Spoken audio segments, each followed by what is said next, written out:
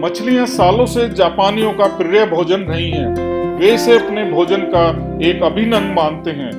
ताजी मछलियों का स्वाद उन्हें बहुत ज्यादा पसंद है, लेकिन तटों पर मछलियों के अभाव के कारण मछुआरों को समुद्र के बीच जाकर मछलियां पकड़नी पड़ती हैं। शुरुआती दिनों में जब मछुआरे मछलियां पकड़ने समुद्र में जाते थे, तो वापस आते आते बहुत देर हो जाती थी और मछलियां बासी हो जाती थी।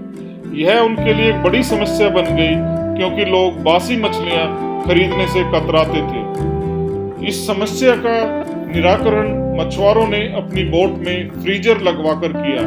वे मछलियां पकड़ने के बाद उन्हें फ्रीजर में डाल देते थे। इससे मछलियां लंबे समय तक ताजी बनी रहती थी। लेकिन लोगों ने फ्रीजर में रखी मछलियों का स्वाद भी कुछ समय बाद पहचान लिया। वे ताजी मछलियों की तरह स्वादिष्ट नहीं लगती थी। लोग उन्हें खास पसंद नहीं करते थे और खरीदना नहीं चाहते थे।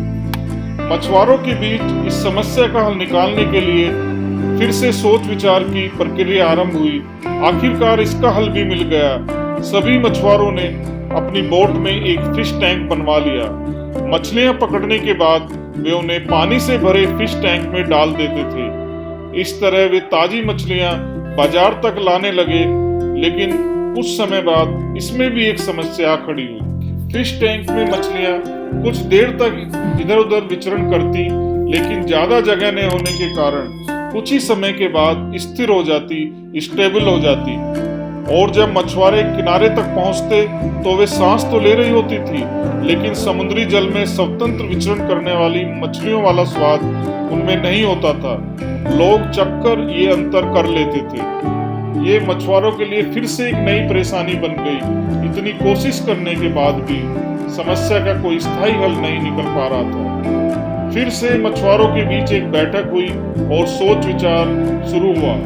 सोच विचार कर इस बार जो हल निकाला गया, उसके अनुसार मछुआरों ने मछलियां पकड़कर फिश टैंक में डालना तो जारी रखा, लेकिन साथ में उन्होंने एक छोटी शार्क मछली भी टैंक में डालनी शुरू कर दी।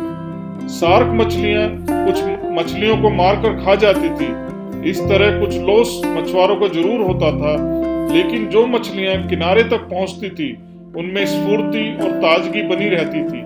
ऐसा शार्क मछली के कारण होता था, क्योंकि शार्क मछली के डर से मछलियां पूरे समय अपनी जान बचाने के लिए सावधान और चौकन्नी रहती थी। इस तरह टैंक में रहने के बावजूद वे ताजा बनी रहती थी।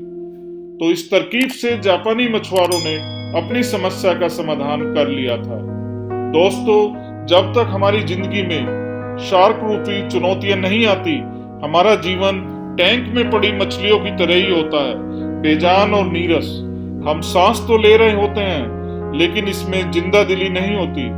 हम बस एक ही रूटीन से बंधकर रह जाते हैं।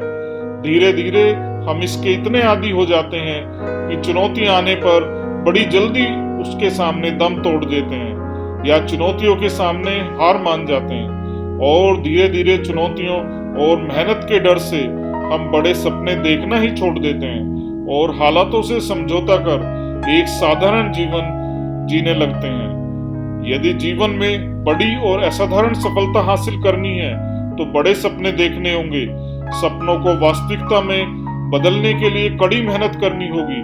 चुनौतियों का सामना करने के लिए खुद को तैयार करना होगा, तभी बड़ी और असाधारण सफलता की जीवन में प्राप्ति होगी।